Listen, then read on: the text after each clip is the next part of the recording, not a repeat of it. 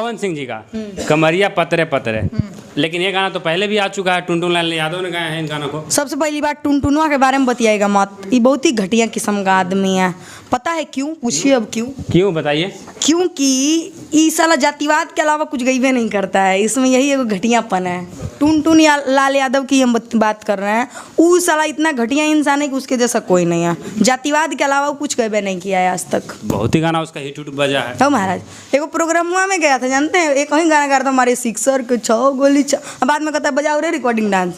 हाँ ऐसा कलाकार है जी। मैंने एक लाइन खाली बोल दे बस। हाँ बस, तो उसके बाद क्या बजाओ रे रिकॉर्डिंग डांस। भाई संगीत का महत्व जा करके समझो पहले। संगीत एक अथाह समुद्र है, जा करके पहले मेहनत करो। आते हो 50,000 रुपया लेकर के चल आते हो, गाना पे धोई के प्रमोशन लगा देते हो, गाना बच जाता है।